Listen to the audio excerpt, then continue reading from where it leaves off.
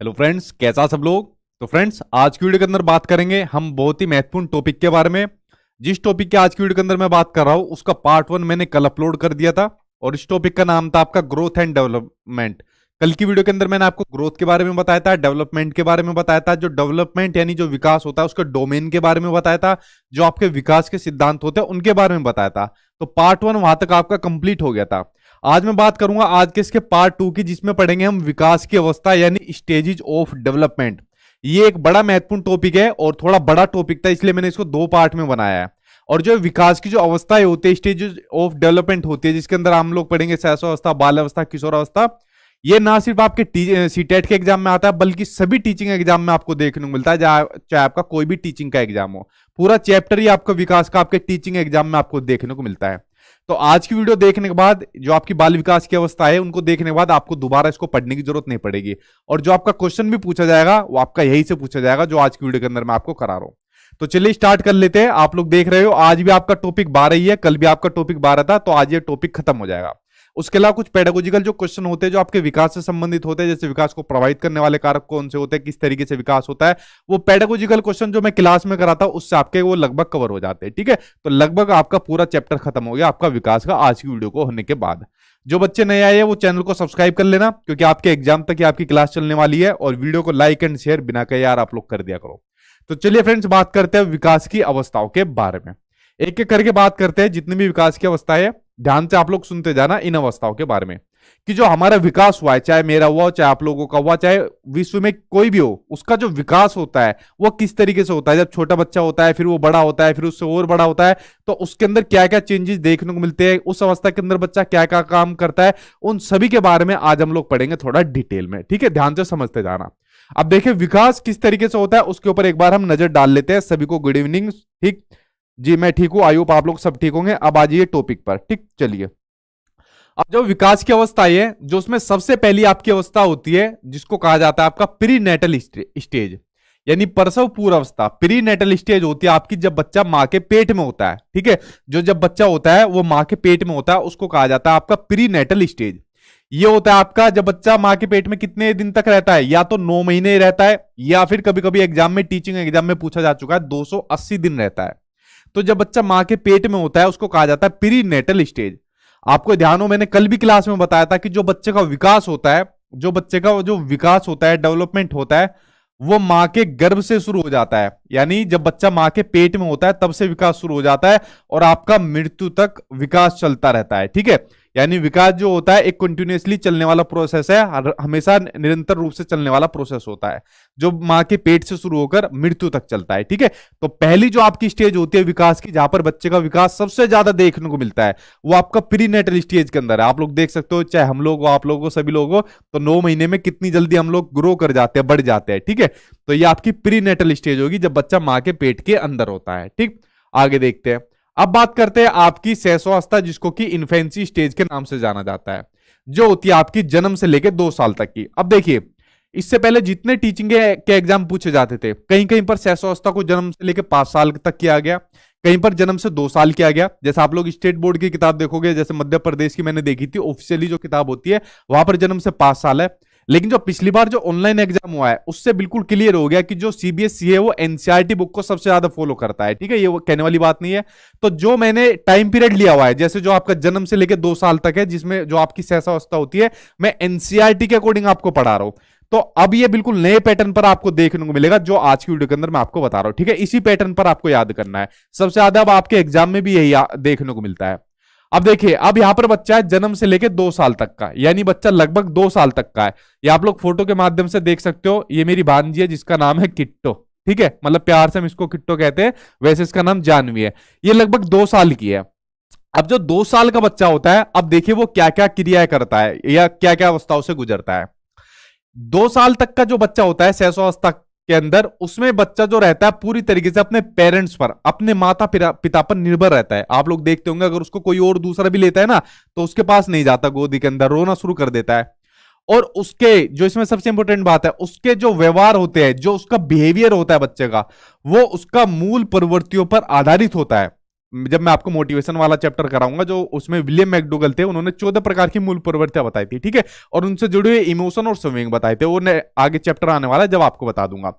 फिलहाल आप लोग ये समझिए, जैसे बच्चे का जो भी व्यवहार होगा वो मूल प्रवृत्तियों पर आधारित होगा। वो कैसे होगा? मान लीजिए बच्चों को भूख लगी, 2 साल तक के बच्चों को भूख लगी, तो जब बच्चों को भूख लगती है तो कैसा व्यवहार करना शुरू कर देता है? बच्चा रोना शुरू कर देता है। कैसा व्यवहार करना शुरू करेगा? रोना शुरू कर देगा। अगर बच्चा आनंद में है, जैसे यहां पर किट्टो आनंद में है, ठीक है, अगर बच्चा आनंद में है तो वो हंसना शुरू कर देगा। कैसा? हंसना शुरू कर देगा। यहां पर इसकी मम्मी यानी मेरी सिस्टर इसको हंसी दिला रही थी, ठीक है, खेल रही थी इसके साथ, तो ये हंसना शुरू कर दिया। तो यहां पर जो बच्चे के जो व्यवहार होते हैं, सबसे मेन बात आपको ध्यान रखनी है, वो उसकी मूल प्रवृत्तियों पर आधारित होते हैं। कैसी पर? मूल प्रवृत्तियों पर आधारित होती है। भूख लगेगा तो रोना शुरू कर देगा, ठीक है, और आनंद में रहेगा तो हंसना शुरू कर देगा। इस तरीके से ये बात आपकी क्लियर हुई। आगे देखते हैं। इसी अवस्था में जब बच्चा लगभग 2 साल का होता है, उसमें बच्चे का सबसे ज्यादा फिजिकली डेवलपमेंट और उसका मेंटली डेवलपमेंट हो चुका होता है, जो बच्चे का 2 साल तक का जो टाइम पीरियड होता है। और साथ के साथ जो बच्चे की सीखने की जो स्पीड होती है, अधिगम की जो आपकी स्पीड होती है, वो भी सबसे तेज देखने को मिलती है, ठीक है। अधिगम की सबसे तीव्रतम अवस्था इसको कहा जाता है, जो आपकी शैशवावस्था होती है, यानी आपकी इन्फेंसी स्टेज होती है। यहां आपका पॉइंट क्लियर हुआ। उसके अलावा अगला पॉइंट है, इस अवस्था में नैतिकता यानी मोरलिटी नहीं पाई जाती। अब 2 साल का बच्चा है, आपके घर में भी 2 साल का बच्चा होगा, आपके ऊपर थप्पड़ मार देगा, आपको नाखूनों से छील देगा, ठीक है। 1-2 नाखून मेरे भी लगे हुए, इन्होंने मारे हुए मुझे, ठीक। तो इनको नहीं पता ना कि हमें बड़ों का आदर करना चाहिए, बड़ों का सम्मान करना चाहिए। आपने देखा होगा एक जगह हमारे देश के जो प्राइम मिनिस्टर है नरेंद्र मोदी, तो वो कहीं ट्रेन वगैरह से जा रहे थे, आई थिंक मेट्रो से जा रहे थे, तो छोटा बच्चा था, लगभग 2 साल तक का ही बच्चा था, तो नरेंद्र मोदी ने उनको लेने की कोशिश करी, उनको खिलाने की कोशिश करी, तो बच्चे ने क्या काम कर दिया? अपनी मम्मी के पास चला गया वापिस, ठीक है। उसको मतलब नहीं है चाहे नरेंद्र मोदी आ जाए, चाहे डोनाल्ड ट्रंप आ जाए, चाहे दुनिया की कोई भी ताकत आ जाए, उसको मतलब नहीं किसी से भी, ठीक है। चाहे तो वो उल्टा भी मार सकता था, चाहे कोई भी आ जाए उसको उल्टा मार देगा, उसको सुना देगा, नोच डालेगा उसको। तो जो छोटा बच्चा होता है उसके अंदर आपको बिल्कुल भी इतनी मोरलिटी नहीं पाई जाती। कुछ बच्चे को डांटते हैं कि नहीं इस तरीके से करो, उस तरीके से करो, ऐसा मत क्या करो कभी भी, ठीक है। तो जो नैतिकता का अभाव पाया जाता है वो आपका शैशवावस्था के अंदर पाया जाता है। जब बच्चा बड़ा होता है तो अपने आप ही उसके अंदर नैतिकता आ जाती है, ठीक। ये पॉइंट आपका क्लियर हुआ। आगे देखते हैं। ये लोग बहुत मारते हैं हमें जब हमारे घर पर आते हैं, ठीक है।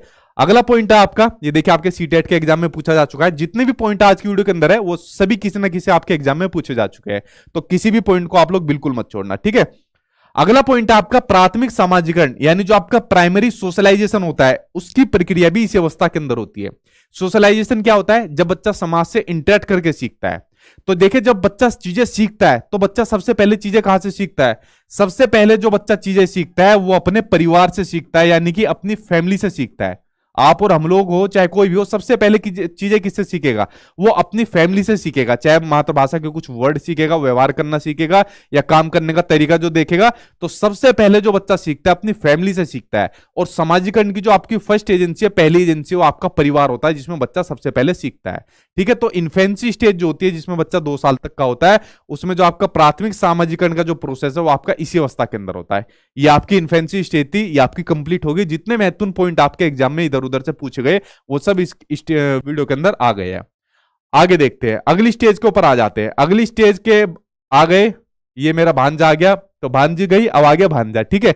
तो ये स्टेज होती है आपकी अर्ली चाइल्डहुड स्टेज। कौन सी होती है आपकी? अर्ली चाइल्डहुड स्टेज, पूर्व बाल्यावस्था। इसमें बच्चा होता है जब 2 साल से लेकर 6 साल तक का बच्चा होता है। ये मेरा भांजा है, ठीक है, हम इसको प्यार से कहते हैं तेजी भाई, वरना इसका नाम है आपका तेजस खारी, ठीक है। तो इसमें बच्चा 2 साल से लेकर 6 साल तक का होता है, इसकी लगभग उम्र 3 साल तक की है। तो इस अवस्था में बच्चे के अंदर क्यूरियोसिटी यानी कि जिज्ञासा बहुत पाई जाती है। बच्चा हर चीज के बारे में क्वेश्चन पूछता है। सबसे ज्यादा जो क्वेश्चन पूछता है वो बच्चा अर्ली चाइल्डहुड में पूछता है कि मम्मा ये चीज क्या है, मम्मा आप ये लेकर आए हो तो ये कपड़े किस चीज के हैं, मम्मा हम स्कूल में जा रहे हो तो किस तरीके से जाएंगे, ठीक है, मम्मा ये घर पर आ गए तो कौन आ गए, पापा ये आ गए तो ये किस तरीके से। इतने सारे क्वेश्चन बच्चे के पास होते हैं और पेरेंट्स उनका जवाब दे दे के थक भी जाते हैं, ठीक है, कभी कभी झूठ भी बोल देते हैं। तो सबसे ज्यादा जो क्वेश्चन का भंडार होता है, ठीक है, यानी जो क्यूरियोसिटी पाई जाती है, वो आपकी अर्ली चाइल्डहुड स्टेज के अंदर पाई जाती है, जब बच्चा 2 साल से लेकर 6 साल तक का होता है। आप लोगों ने भी खूब पूछे होंगे, हम लोग भी पूछते थे, ठीक। उसके अलावा इसी अवस्था को टॉय एज यानी कि आपका खिलौने की अवस्था कहा जाता है। इसी अवस्था में सबसे ज्यादा बच्चा जो होता है खिलौने से खेलता है। आप लोगों में से कोई ऐसा है जो खिलौने से ना खिलाओ? आई थिंक सभी खिलौने से खेले होंगे, ठीक है, चाहे वो किसी भी खिलौने से खिलाओ। तो जो बच्चा सबसे ज्यादा खिलौनों से खेलता है वो आपका अर्ली चाइल्डहुड स्टेज के अंदर खेलता है, जब बच्चा आपका 2 साल से लेकर 6 साल तक का होता है, ठीक है। तो ये हो गई आपकी टॉय एज भी इसको कहा जाता है, यानी कि खिलौने की अवस्था किसको कहा जाता है। यहां तक आपका क्लियर हुआ? आगे देखते हैं और पॉइंट देखते हैं आपके अर्ली चाइल्डहुड के बारे में क्या क्या दिए हुए हैं। देखिए ये पॉइंट आपका बड़ा महत्वपूर्ण है और सीटेट में काफी बार पूछा जा चुका है कि लैंग्वेज एक्विजिशन यानी कि भाषा अर्जन के लिए सबसे सेंसिटिव पीरियड होता है आपका पूर्व बाल्यावस्था। देखिए लैंग्वेज एक्विजिशन क्या होती है, भाषा अर्जन, जब बच्चा किसी भाषा को प्राकृतिक रूप से सीख जाता है बिना किसी प्रैक्टिस के। जैसे जो हमारी मदर टंग होती है, मातृभाषा होती है, क्या मातृभाषा सीखने के लिए हमें किसी की जरूरत पड़ी थी? बिल्कुल नहीं, किसी की जरूरत नहीं पड़ी। क्या हमें किसी बुक की जरूरत पड़ी, ग्रामर के रूल की जरूरत पड़ी, या किसी आदमी की टीचर की जरूरत पड़ी? नहीं। मदर टंग क्या होती थी, हमने अपनी फैमिली के अंदर अपनी फैमिली का इमिटेशन किया, यानी कि अनुकरण किया। जैसे वो भाषा बोलते थे उसको हमने कॉपी करा, अनुकरण का मतलब होता है कॉपी करना। तो उस भाषा का हमने अनुकरण करा, कॉपी करा और हम उस भाषा को फिर सीख गए, ठीक। तो इसलिए जो छोटे बच्चे का जो आपका लैंग्वेज एक्विजिशन का टाइम पीरियड होता है, जिसमें बच्चा अपनी मदर टंग को सीखता है, तो उसके लिए सबसे सेंसिटिव टाइम पीरियड होता है। जैसी भाषा आप बच्चों के सामने बोलोगे वो उसी को एक्वायर कर लेगा और उसी को बोलना शुरू कर देगा। अच्छी भाषा बोलोगे बच्चा अच्छी भाषा बोलेगा, गलत भाषा बोलोगे, गंदी भाषा बोलोगे, बच्चा उसी को एक्वायर कर लेगा और उसी भाषा को फिर पलट कर आपसे बोलेगा। फिर बच्चों की पिटाई करते हैं, नहीं ये ऐसी भाषा कैसे बोल रहा है, ठीक है। जब खुद ही अच्छी भाषा नहीं बोलोगे तो बच्चा कैसे बोलेगा अच्छी भाषा। तो लैंग्वेज एक्विजिशन यानी भाषा अर्जन के लिए, भाषा सीखने के लिए सबसे जो सेंसिटिव टाइम पीरियड माना गया है वो आपका अर्ली चाइल्डहुड को माना गया है, जब बच्चा 2 साल से लेकर 6 साल तक का होता है, ठीक। अगला पॉइंट आपका दिया हुआ है कि इस अवस्था में बच्चा जो कल्पनाशीलता वाले गेम्स होते हैं, जो इमेजिनरी गेम्स होते हैं, उनमें आपका एक्टिव रूप से भाग लेना शुरू कर देता है। वो कैसे, अब देखिए आपको बताता हूं। पहले बता रहा हूं यहां पर जेंडर स्टीरियोटाइप मत कर देना कुछ भी, कभी कभी जितना आपको पढ़ाता हूं वो मेरे ऊपर ही डाल देते हो, ठीक है। अब मान लीजिए जैसे कोई लड़की है, उसके पास गुड़िया है, तो उस गुड़िया को क्या बना देती है, रानी बना देती है, ठीक। अब ये मत कह देना सर गुड़िया से लड़के भी खेल सकते हैं, बिल्कुल भाई सब खेल सकते हैं, मैं तो आपको पढ़ाऊंगा, लेकिन ज्यादातर यही देखा जाता है जेंडर स्टीरियोटाइप, ठीक। और जो गुड्डा होता है उसको लड़का क्या बना देता है, राजा बना देता है। और ये जो कल्पनाशीलता वाले गेम्स होते हैं फिर इनमें एक्टिव रूप से भाग लेते हैं कि देख मैं राजा बन गया, तू रानी बन गई, ठीक है। अब इस तरीके से अपनी जो किंगडम होती है, जो राज्य होता है, उसको चलाते हैं, ठीक है। तो जितने भी कल्पनाशीलता वाले ऐसे इमेजिनरी गेम्स होते हैं उसमें बच्चा एक्टिव रूप से भाग लेना शुरू कर देता है आपका पूर्व आपकी बाल्यावस्था के अंदर, ठीक है। अगला देखते हैं आपका, अगला कौन सा आपका दिया हुआ है। अब आ गई आपकी मिडिल चाइल्डहुड यानी कि आपकी मध्य बाल्यावस्था। यहां तो आपकी क्लियर हो गई ना सभी। अब बात करते हैं आपके मिडिल चाइल्डहुड स्टेज के अंदर, मध्य बाल्यावस्था के अंदर। अब देखिए एनसीईआरटी के अंदर तो लिखा हुआ है टाइम पीरियड 7 साल से लेकर 11 साल तक का, लेकिन सीटेट के एग्जाम में जो क्वेश्चन आया था और उसमें जो ऑप्शन दिया था, ऑप्शन के अंदर दे दिया था 6 साल से लेकर 11 साल तक का। अब आप लोग दोनों को ही सही मान सकते हो, ठीक है। तो 6 साल से 11 साल से ही मान सकते हो और एनसीईआरटी में 7 साल से लेकर 11 साल दिया हुआ है, तो इसको आप लोग सही मान सकते हो। तो ये चीज आपकी क्लियर हुई। आगे देखते हैं, ठीक। अब इसमें क्या होता है, इसको आरंभिक स्कूल की एज कहा जाता है। आरंभिक स्कूल की एज इसको इसलिए कहा जाता है, देखिए यहां पर बच्चा 6 साल का है, तो 6 साल का बच्चा क्या होता है, स्कूल में जाना स्टार्ट कर देता है, पहली क्लास में बच्चे का एडमिशन हो जाता है, इसलिए इसको आरंभिक स्कूल की एज भी इसको कहा जाता है, ठीक है। आगे देखते हैं और क्या होता है आपका मिडिल चाइल्डहुड के अंदर। इसमें क्या होता है, इसको गंदी अवस्था भी कहा जाता है। कैसी अवस्था, डर्टी स्टेज कहा जाता है। अब देखिए गंदी अवस्था इसलिए कहा जाता है, जैसे हम लोग स्कूल के अंदर जाते थे तो जब खाना खाते थे तो कुछ खाना हमारे ऊपर भी डल जाता था, ठीक है, इस तरीके से खाते थे, कपड़े गंदे हो गए। जैसे स्कूल से वापस आ रहे हैं, स्कूल में जा रहे हैं, अगर कहीं गड्ढा दिख गया, थोड़ा सा भी उसके अंदर पानी दिख गया तो उसमें जाके छलांग लगा दी और अपने सारे कपड़े जूते बेकार कर लिए। एक ऐड आता था ना वो सर्फ एक्सेल का था, किसका था वो, 10 रुपए में वो सफा कर देता था कपड़े। तो बच्चा पूरा कीचड़ में पूरा गंदगी में होके आता है, उसकी दादी कहती है ले 10 रुपए ले जा और सर्फ एक्सेल लेकर आ जा, दाग अच्छे है, इस तरीके से कुछ आता है, ठीक है। तो बच्चे को इस अवस्था के अंदर गंदगी अच्छी लगती है, ठीक है, जहां पर भी वो देखेगा कुछ भी वही जाकर कूदना स्टार्ट कर देगा, तो इसलिए इसको गंदी अवस्था भी कहा जाता है। आप लोगों ने खूब ये काम किया होगा, ठीक है, कीचड़ विचड़ में या धूल मिट्टी में खूब आप लोग खेले होंगे, ठीक। अगला इसको स्मार्ट एज या स्फूर्ति की अवस्था कहा जाता है। सबसे ज्यादा स्फूर्ति इसी अवस्था के अंदर बच्चे के अंदर पाई जाती है, ठीक है। और बच्चा इसके अंदर आपका स्मार्ट भी देखने को मिलता है, ठीक है ना, उसको दाढ़ी मूंछ आई रहती है, तो एक बार अगर उसके देखने के प्रोस्पेक्टिव से बात मैं करूं तो बच्चा स्मार्ट भी आपको देखने को मिलता है और स्फूर्ति तो होती है। इसको खेलों की अवस्था भी कहा जाता है, ठीक। अब देखिए इससे पहले जो आपकी प्री चाइल्डहुड स्टेज थी, पूर्व बाल्यावस्था थी, तो वो होती है आपकी खिलौने की अवस्था, जिसमें बच्चा अपना खिलौने से खेलता है सबसे ज्यादा। और ये है आपकी खेलों की अवस्था।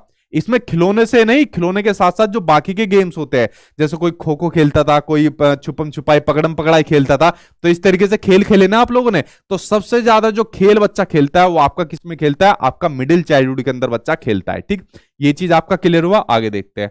अच्छा, एक दो खेल का नाम तो बता दो, बचपन में कौन कौन से खेल आप लोगों ने खेले थे। अगला पॉइंट आपको दिया हुआ कि इस अवस्था में संग्रहण यानी स्टोरेज की प्रवृत्ति विकसित हो जाती है। अब देखो, मैं आपको एक क्वेश्चन बताता हूं।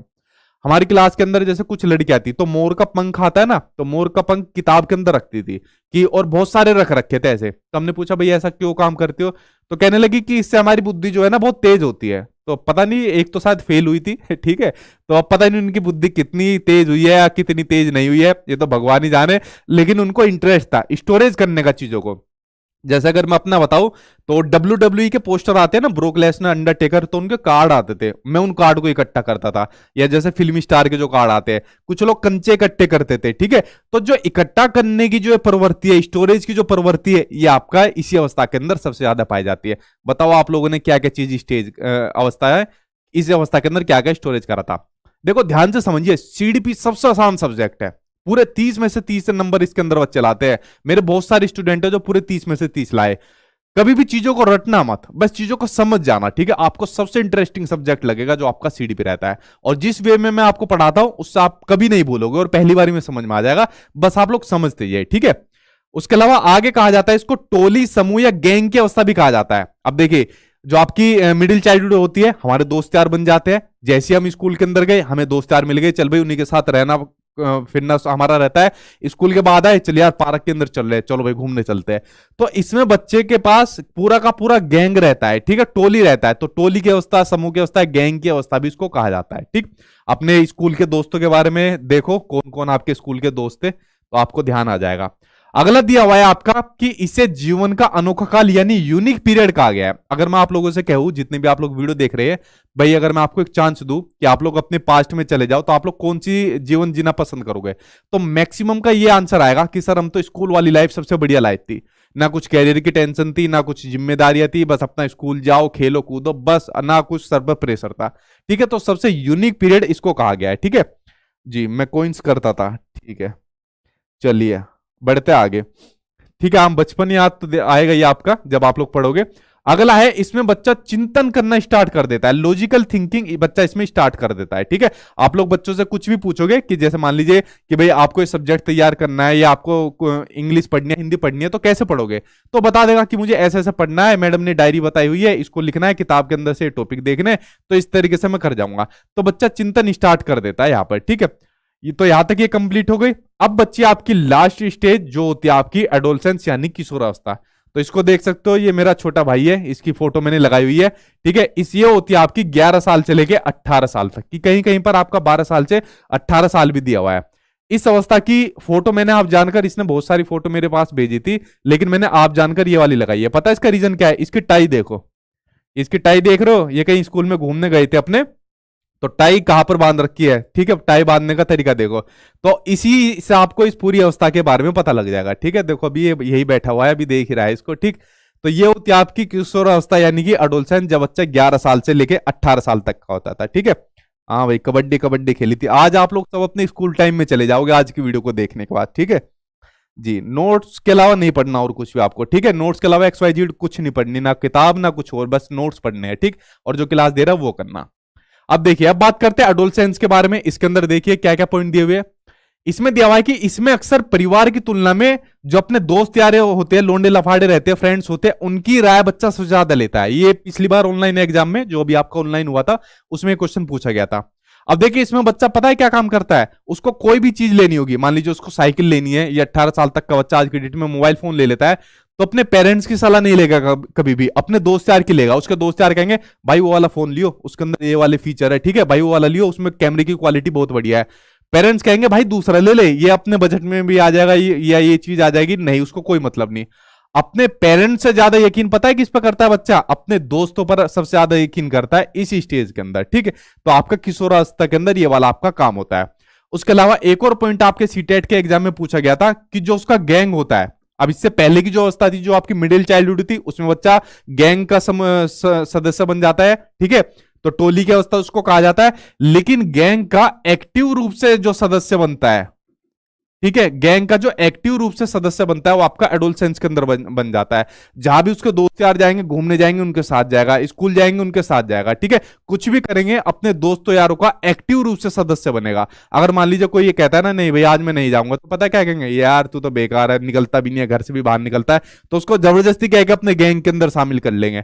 तो जो बच्चा एक्टिव सदस्य बन जाता है वो आपका किशोरावस्था के अंदर आपका बन जाता है, ठीक है, ये बात ध्यान रखनी है, पेपर आपके सीटेट में आया हुआ है। आगे देखते हैं अगला क्या पॉइंट दिया हुआ है, ये क्या है, अगला पॉइंट आपको दिया हुआ है, इसे जीवन का सबसे कठिन काल कहा जाता है। देखिए, जो आपकी मिडिल चाइल्डहुड थी उसको जीवन का सबसे यूनिक पीरियड कहा जाता है, अनोखा काल कहा जाता है, लेकिन इसको जीवन का सबसे कठिन काल भी कहा जाता है। इसमें शरीर से संबंधित जो चेंज होते हैं इसमें सबसे ज्यादा आते हैं, जो उसके मानसिक विकास से संबंधित चेंज होते हैं वो इसके अंदर आते हैं। उसके अंदर बच्चों को अपने कैरियर से संबंधित कि उसको किस कैरियर का चुनाव करना है उसका डिसीजन इसके अंदर लेना होता है, ठीक है, तो सबसे कठिन काल इसको कहा जाता है। और यही एक अवस्था है जिसमें मतलब आंधी तूफान इसको कहा जाता है, जिसमें बच्चा सबसे ज्यादा स्ट्रेस लेता है, जिसमें बच्चा सबसे ज्यादा संघर्ष करता है। तो जितने भी उलझने, आंधी तूफान जो भी कुछ आ जाती है वो इसी अवस्था के अंदर देखने को मिलती है, जो आपकी किशोरावस्था आपकी होती है, ठीक है। ये कई बार आपके एग्जाम में क्वेश्चन पूछा जा चुका है। और जीवन का सबसे कठिन काल किसने कहा था, ये कहा था आपका किलपैट्रिक ने कहा था। किसने कहा था, आपका किलपैट्रिक ने कहा था, ठीक। और उसके अलावा आंधी तूफान की अवस्था ये कहा था आपका स्टैनले हॉल ने कहा था, ठीक, ये कहा था आपका स्टैनले हॉल ने कहा था। आगे पढ़ते हैं इस अवस्था के बारे में और पॉइंट, इसमें विषमलिंगी आकर्षक होता है। विषमलिंगी आकर्षक मतलब जो मेल होता है वो फीमेल की तरफ अट्रैक्ट होता है, और जो फीमेल होती है वो मेल की तरफ अट्रैक्ट होती है, ठीक है। आपके सीटेट में भी क्वेश्चन पूछा गया था, और इससे पहले जो रीट का एग्जाम है उसमें भी क्वेश्चन आया था कि बच्चे के अंदर जो हार्मोन चेंज होना शुरू हो जाते हैं, बच्चे के अंदर जो हार्मोन चेंज होना स्टार्ट हो जाते हैं, उनमें परिवर्तन होना स्टार्ट हो जाता है, वो किस अवस्था के अंदर होता है, तो वो होता है आपका किशोरावस्था के अंदर होता है। जैसे हार्मोन में चेंज हो जाते हैं तो आपको विषमलिंगी भी आकर्षक देखने को मिलता है, आपका किशोरावस्था के अंदर आपका देखने को मिलता है, ठीक है। आगे देखते हैं अगला पॉइंट और क्या दिया हुआ है, इसको गोल्डन एज भी कहा जाता है, सुनहरी अवस्था भी इसलिए कहा जाता है इसको इसलिए अमूर्त चिंतन की अवस्था भी कहा जाता है। देखिए, उसमें बच्चा चिंतन करना स्टार्ट कर देता है, लेकिन इसमें बच्चा अमूर्त चिंतन करना स्टार्ट कर देता है, यानी कि एब्स्ट्रैक्ट थिंकिंग करना स्टार्ट कर देता है। अब बच्चों से आप लोग पूछोगे कि भाई आपको आगे जाके क्या कैरियर बनाना है, क्या आपको बनना है, तो बच्चा अमूर्त चिंतन के द्वारा बता देगा कि मुझे ये चीज करनी है, इस फील्ड में आगे जाना है और इस तरीके से मैं काम करूंगा। तो बच्चे के अंदर जो थिंकिंग यानी चिंतन देखने को मिलेगा वो अमूर्त चिंतन देखने को मिलेगा यहाँ पे। इससे पहले जो मिडिल था उसके अंदर बच्चा सिर्फ लॉजिकल थिंकिंग स्टार्ट करता है, ठीक है, इसमें एब्स्ट्रैक्ट आ जाती है। यहां तक समझ गए। अगला पॉइंट आपको दिया हुआ है इसी के अंदर, इस पॉइंट के ऊपर नजर डालिए कि इसी अवस्था में आपको वीर पूजा यानी कि हीरो वर्शिप की भी भावना देखने को मिलती है। हीरो वर्शिप की भावना मतलब जब मेल या फीमेल कोई भी हो, किसी को अपना आदर्श मानकर उनको फॉलो करना स्टार्ट कर देता है। जैसे मान लीजिए कोई लड़के होते हैं हनुमान जी को मान लेते हैं, कोई लड़के होते हैं मान लीजिए भगत सिंह को मान लेते हैं, ठीक है। लड़कियां होती है, लड़कियां बताओ किसको मानती है, कोई कैटरीना को मान लेती है, ठीक है, कोई कैटरीना को मान लेती है, कोई कोई मुझे भी कहता है कि सर मैं आपको आदर्श मानता हूं, बहुत सारे डीपी पर अपनी फोटो भी लगा कर रखते हैं। तो ये आपका जैसे इस तरीके से देखने को मिलता है ना, ये हीरो वर्शिप की जो भावना वो ज्यादातर आपकी किशोरावस्था के अंदर आपको देखने को मिलती है, ठीक। आप कोई ना कोई किसी को फॉलो जरूर करते होंगे। जैसे उस टाइम पर जब हम स्कूल में पढ़ते थे तो सबसे ज्यादा जो फॉलो किया जाता था तेरे नाम के हेयर स्टाइल को, सलमान खान का जो तेरे नाम का हेयर स्टाइल था बीच की मांग वाला, ठीक है, उनको फॉलो किया जाता था। तो ये होती है आपकी हीरो वर्शिप यानी कि वीर पूजा की जो भावना देखने को मिलती है आपकी किशोरावस्था के अंदर देखने को मिलती है। तो देखिए फ्रेंड्स, आपकी जो विकास की जो अवस्था आई थी सारी अवस्थाएं मैंने बता दी, जो जो इंपोर्टेंट पॉइंट थे वो सब आपके क्लियर हो गए, तो आपका पूरा आपका विकास का चैप्टर कंप्लीट हो गया। और ये जो अवस्थाएं मैंने आपको बताई है, ज्यादातर क्वेश्चन सीटेट में तो आपका यही से आएगा, आपका कोई भी टीचिंग का एग्जाम होगा तो क्वेश्चन भी आपको यही से देखने को मिलेंगे। इससे बाहर मुझे नहीं लगता किसी टीचिंग एग्जाम में आपका क्वेश्चन पूछा जाएगा। अब आप लोग बताइए आप लोगों को वीडियो कैसे लगी, ठीक है। वीडियो पसंद आए तो वीडियो को लाइक कर देना आप लोग, और अपने दोस्त यार को शेयर कर दिया करो, और बता दिया करो कि सीटेट के लिए आपको सिर्फ सचिन सर की आपको क्लास फॉलो करनी है और आपको कुछ नहीं करना है, ठीक है। मैं अकेला काफी हूं सीटेट के एग्जाम को आपका अच्छे नंबर से पास कराने के लिए, इतना मैं आपको भरोसा दिलाता हूं, ठीक। और जो लोग नए आए वो चैनल को सब्सक्राइब कर लेना। कोई क्वेश्चन है आप लोगों का तो आप लोग क्वेश्चन पूछ सकते हो, ठीक। जी, आप लोग सीधा गूगल में जाके sachinacademy.com लिखना, उसके बाद मेरी वेबसाइट आ जाएगी। जो भी आपका पेपर है तो आप लोग यहां से अपना पेपर ले लेना। आपके सभी सब्जेक्ट मिलते हैं इसके अंदर। पेपर 1 का अलग आपको दिया हुआ है, उसके अंदर आपको पेपर 1 के सारे सब्जेक्ट मिल जाएंगे। पेपर 2 के अंदर आपका पेपर 1 पेपर 2 के सभी सब्जेक्ट मिल जाएंगे, चाहे आपका हिंदी इंग्लिश लैंग्वेज संस्कृत भी लैंग्वेज क्यों ना हो। और एक तीसरा फोल्डर बना है जिसमें आपके सारे पेपर विद मॉक टेस्ट मिल जाएंगे। तो ये सभी चीज आपको मेरी वेबसाइट पर मिल जाएगी, और जितनी चीजें लिखी हुई दिख रही है ना, ये सभी आपको नोट्स के अंदर मिल जाएगी। एक मैं कंपैरिजन भी करके बता दूंगा कि कोई भी बुक होती है, नोट्स होते हैं, उससे ज्यादा कितने मतलब ये आपको इफेक्ट करेंगे। 50% मैटर भी किसी किताब में नहीं मिल पाएगा, वो भी इस तरीके का। ये मैं आप क्लियर चैलेंज के साथ देता हूं। तो इसलिए बुक पढ़ने की जरूरत नहीं है आपको सीटेट के एग्जाम में। क्लास करिए अच्छे से, नोट्स को अच्छे तरीके से पढ़ जाइए, और अपना टारगेट 140 प्लस का लेकर चलिए। ठीक है, 140 प्लस का पास होने की तो अब लोग आप लोग भूल जाइए। आप पूछे क्या क्वेश्चन आप लोगों को पूछना है, और उसके बाद फिर मैं आपका आंसर दूंगा, क्योंकि क्लास के बीच में मैं कभी इतना आंसर नहीं देता। और कल मिलता हूं ठीक 8 बजे किसी दूसरे चैप्टर या किसी दूसरी क्लास के साथ। कल मैं आपको मैथ्स कराऊंगा। कल मैं जो आपको मैथ्स की जो ज्योमेट्री होती है ना, उसके क्वेश्चन कराऊंगा, क्योंकि ज्योमेट्री से मान के चलिए कम से कम 2-3 क्वेश्चन तो कंफर्म आने आपके एग्जाम के अंदर। तो कल मैथ्स की ज्योमेट्री के क्वेश्चन कराऊंगा, ठीक है, कल वाली क्लास के अंदर। और पूछिए क्या पूछना है आपको। सर आप इतना आत्मविश्वास से कैसे कर सकते हैं, यही से क्वेश्चन पूछेगा, क्योंकि कुछ चेंजिंग भी तो कर सकता है। देखिए इतने कॉन्फिडेंस से कैसे कहता हूं, 2011 से सीटेट का पेपर आ रहा है। मैंने भी कई बार सीटेट का एग्जाम पास करा हुआ है, मेरे स्टूडेंट ने भी लाखों होंगे जिन्होंने अभी तक सीटेट का एग्जाम पास करा है। तो सीटेट का जो पेपर होता है उसका पैटर्न एक जैसे ही रहता है, अभी तक जितनी बार भी आता था।